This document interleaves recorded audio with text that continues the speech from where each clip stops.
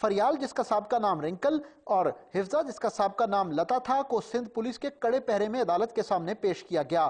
Chief justice نے پہلے فریال کو بیان کے لیے روسٹرم پر بلایا تو وہ اپنی تعلیم اور زبان سے متعلق پوچھے گئے سوالات کے جواب دینے میں ہچکچائی۔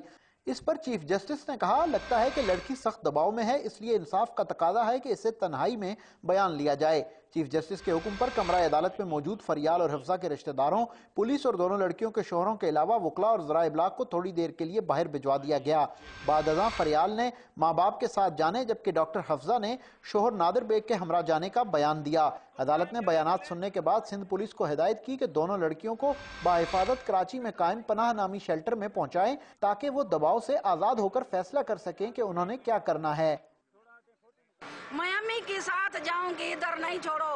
وہ رو پڑی تھی رنکل کماری رو پڑی تھی۔ دوسری جانب ضلع گھوٹکی سے حکمران جماعت کے رکن قومی اسمبلی اور علاقے کی مذہبی شخصیت میاں عبدالحق عرف میاں مٹھا کے حامیوں کا کہنا ہے کہ ان پر ہندو لڑکیوں کو زبردستی اسلام قبول کرانے کا الزام غلط ہے۔